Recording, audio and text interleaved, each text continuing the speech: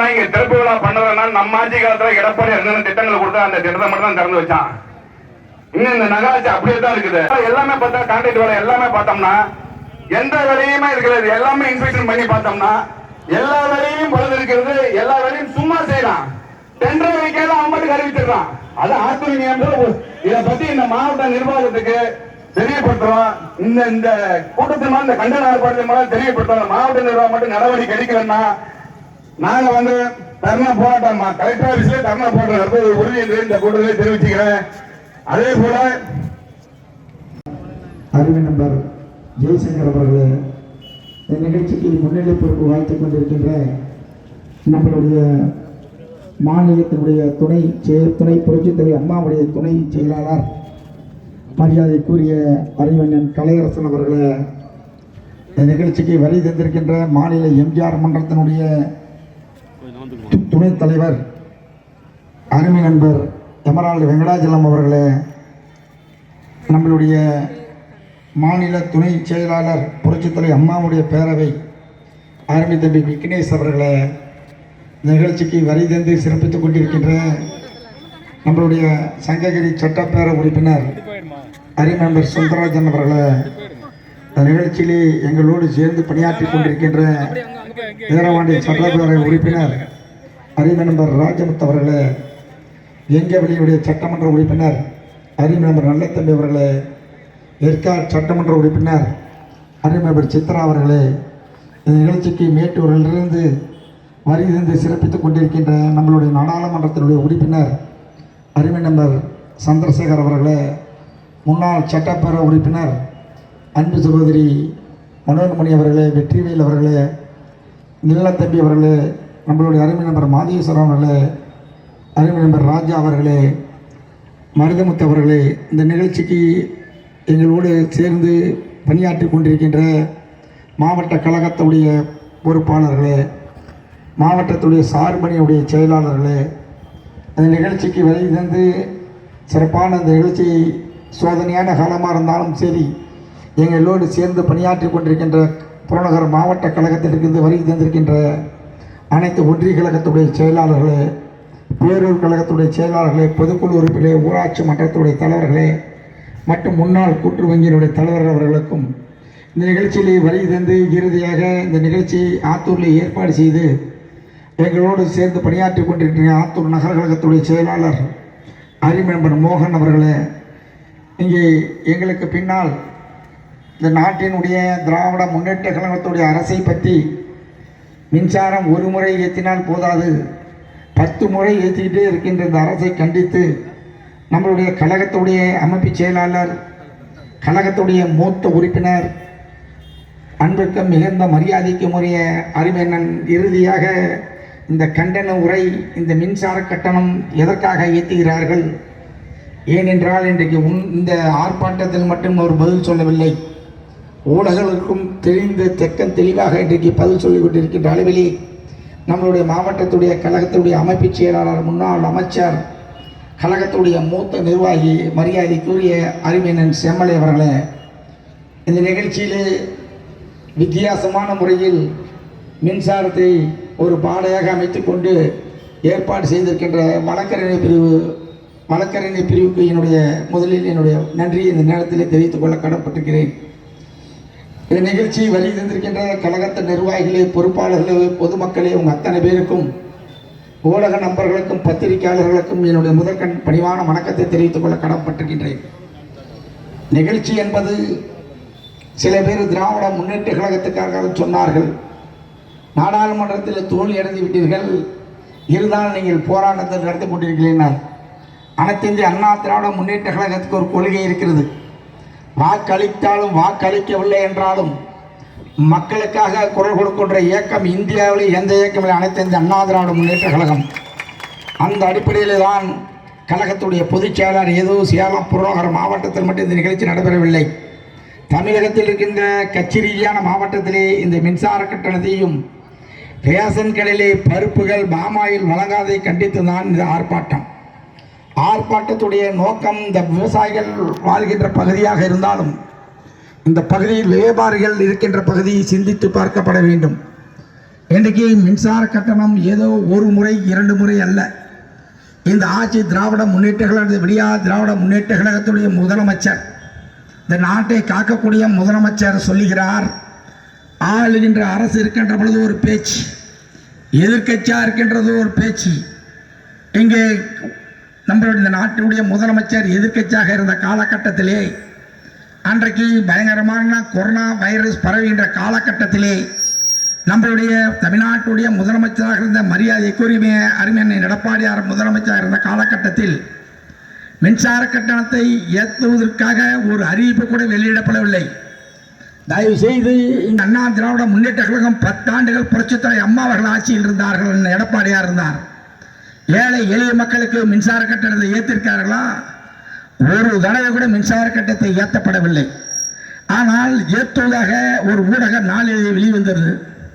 உடனடியாக இன்றைக்கு இருக்கின்ற முதலமைச்சர் எதிர்க்கட்சி தலைவர் மு க ஸ்டாலின் அவர்களுக்கு வீட்டுக்கு முன்னாடியே ஒரு தட்டியை பிடிச்சி நிற்கிறார்.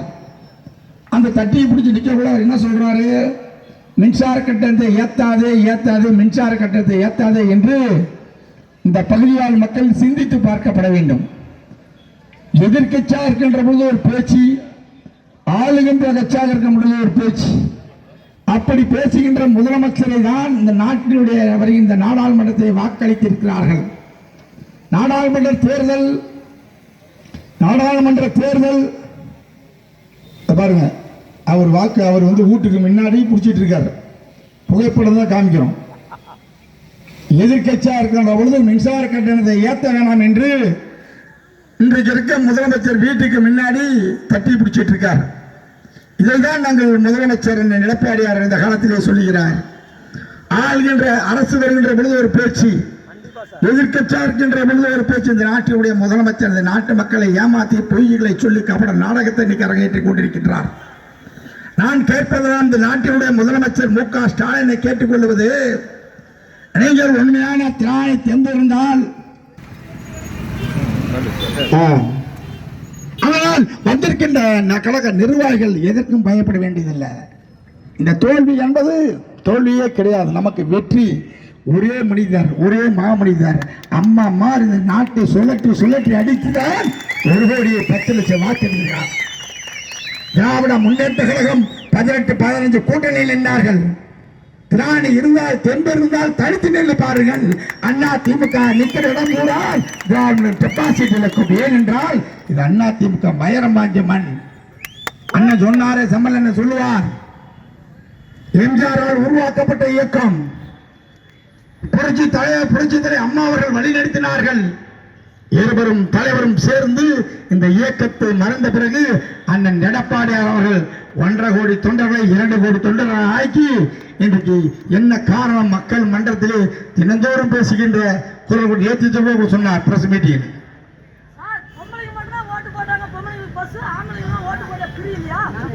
அருமையான கேள்வி. நாம இவன் கருத்தை முதலமைச்சர் போடலாம்.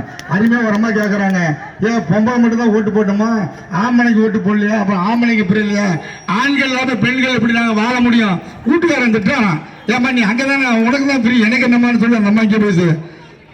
ஓகே, வாழ்த்துக்கள் விடு.